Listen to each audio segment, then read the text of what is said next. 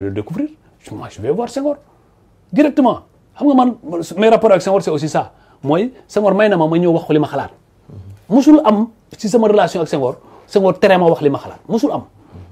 mais moom itamit am na toujours personnalité boo xam ne dana ma ne ah Ablaye je ne pense pas comme ça c'est comme ça que je pense ma ne ko mais Senghor comment mu ne ma non je viens d'être au courant comme toi vraiment si c'était moi je n'aurais pas fait comme ça mais maam Adama Ndour moo jël personnalité décision boppam ba tax loolu ma ne ko mais décision boppam moom mënu la fal moom rek kenn ma fekk Adama Ndour ngi taxaw ma wax ko ni li nga def ni tegoo ko fenn parce que lii ça divise le football on doit quand même avoir un processus pour arriver à ça mu ne ma ah en tout cas def naa ko lii sama xalaat la def naa ko ma ne ko d'accord bi ma ñibbisee fii ma dem seeti Senghor bureau parce que Senghor on a des rapports yu nga xam ne dépassé na affaire football waxtaan mën naa d'accord ak moom mën naa bañ a d'accord ak moom mais wax ak moom li nga xam ne mooy dëgg ma dem bureau ma ne ko mais Senghor moi je ne peux pas comprendre ça 2017 aussi nii laa yëgee woon sa candidature mu expliqué ma ne ma je ne suis pas d'accord avec sur la forme bi ñu utilisé mais voilà les arguments ñu waxtaan durant 2 heures de temps ma ne ko léegi man danaa waxtaan ak Saer dem waxtaan ak moom ma dem jógee foofu ma gëm si Saer ma ne ko Saer Senghor waxtaan nañu te lim ma wax mën naa ko jàpp d'abord sa posture à la CAF d'abord nous ne sommes pas loin de pouvoir gagner quelque chose et ensuite la dynamique de groupe bu Senghor nekkee candidat il sera difficile que je te soutienne am naa ba kër Saer ne ma sa waay man jàpp naa ni dama war a nekk candidat yow nag boo jàppee ni mënutoo nekk sama diggante ak yow li ma nekkoon yow grand frère ba tey day des mais je peux pas ne pas être candidat parce que je crois que fu ma toll tey ci développement au football bi loolu rek moo ma dese pour me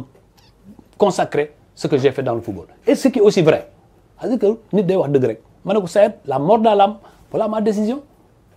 donc décision mooy du ma la soutenir. waaw parce que amoon condition yooyu moment yooyu loolu la ma imposé bi ñu ñëwee ñu war a waxtaanaat man ñi ma waxtaanaloon mais il faut que ma waxtaan ak ñoom maa ngi leen Senghor bëgg nañoo rencontrer qu'on discute et qu'on regarde cette réunion-là mais c'était une réunion houleuse difficile où des présidents de club ont dit ce qu'ils pensaient Senghor a répondu sans même tomber dans les travers de l'électoralisme lu nit wax mën a nekk lii mën a nekk lii mënul nekk ñu waxtaanee ko foofu bi ñu ñëwee ñu reconvoqué Manko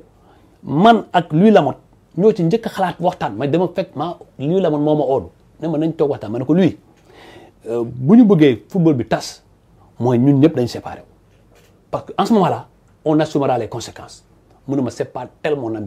ambition c'est de poursuivre le travail que nous avons entamé ensemble pour que ñu mën a gagner comme li ma Saer waxoon Louis Lamotte tamit wax ma ko te lui tamit mën nañ koo accorder que techniquement c'est un homme extrêmement valable intellectuellement taxaw et ensuite am la personnalité qu'il faut ma ne ko mais si on se divise comme ça va être problème mu ne ma léegi nañ waxtaan ak Mbaye nañ waxtaan ak aussi ak Saer Mbaye Diouf Dia ñu wax Mbaye Diouf Dia ne moom dañu dem ci Manko bi lépp lu ñu mën a décider il sera d'accord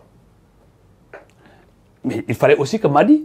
qui était en dehors Madi aussi ñu associé ko aux discussions parce que ñoom tamit commencé woon nañ discuter si seen biir xam nga loolu tax ma ne la réunion yi moom toujours day am réunion Mbaye ak ñoom Madi ak ñoom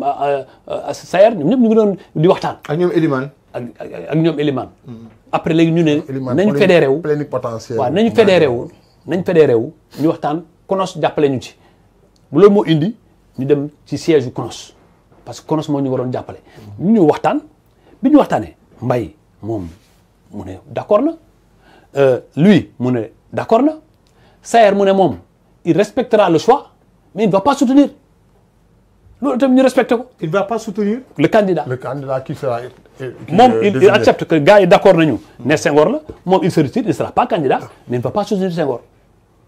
loolu tamit c'était son droit et il l'a dit de manière très claire. mais c'est normal. waaw ok la veille de l'autre mandat mu ne c'est mon dernier mandat. waaw d'accord après nga ñëw si. c'est l'histoire des faits. bi ñu paree Madi. ne moom c'est tout sauf Senghor moom il se libère que il ne peut pas se perdre dans le Manko mais nangul nañ ko itam réunion ba nangu loolu ne on n'a pas pu trouver un consensus large mais on a trouvé une entente majoritaire ci loolu ñu tënku ci Senghor nekk candidat Louis Lamotte ak Mbaye Diouf Dia accepte soutenir ko Saer Seck ne il observe l'abstention et Madi dem candidat en rivalité avec Senghor loolu moo et puis yàqul dara dem nañ campagne il y a eu quelques petits trucs ku nekk présenter un programme on a eu de très grands débats affaire bi rafet neex bu ñu demee ci élection mu nekk une élection démocratique sous la présidence de la commission électorale maître Seydou Diagne mu ay conditions yu leer nañ amul benn candidat bu contester quoi que ce soit durant tout le processus il y a aucun recours Senghor a gagné de la manière la plus démocratique Madi dans la salle s'est levé pour le féliciter et se mettre à la disposition du football sénégalais donc pour moi c'est une grande victoire mais waxuñu xam nga Bamba wax na sànq mu ne maa ngi ko wuti ndam li kon jeex na mais Bamba mën naa ci yokkaat maa ngi ko wuti waat. wuti yeneen d'accord léegi moom moo ko bind moom. mais non léegi président lii moom moo bind loolu. léegi président li Mbaye Sène bind ça ne peut pas engager la fédération. waaw d'accord ça n'engage pas la fédération. xam nga man l'essentiel Mbaye nañu respecter toutes les positions des uns et des autres. mooy suñu règlement actuel limité wul benn mandat. mooy suñu règlement actuel képp ku remplir conditions yi tu peux être présenté par un club ou par une ligue ou par un ensemble de trucs pour que nga mën a nekk candidat lorsque la commission électorale arrivera déclarer processus bi ci boobu rek la ñuy xam li am ak li amul mais l'essentiel man loolu laa bëgg vraiment ñu ñëpp journalistes yi famille du football wax na ko sànq Mbamba il a totalement raison c'est-à-dire que tey bu nit nee ne Coupe d'Afrique bi maa ko gagné yaa ngi nax sa bopp c'est tout le monde les journalistes les supporters il fallait voir au Cameroun quand nous avons gagné quand les journalistes larmoyaient jusqu'à ñu leen di def ci ay civières mais c'est historique mais loolu il a fallu un moment où tout le monde s'est uni pour être avec notre pays am na journalistes yu nga xam ne gisoon nañ ko ci tanière bi waxuñu ko parce que boobu xam nañu boo ko waxee mu yàq am na yu xew tey Bamba tu en sais am na yu xew mais xew yooyu ñëpp noppi ñëpp man ko nekk benn malgré notre diversité ci loolu nag la ñu war a amaat nii mooy ñëpp élevé wu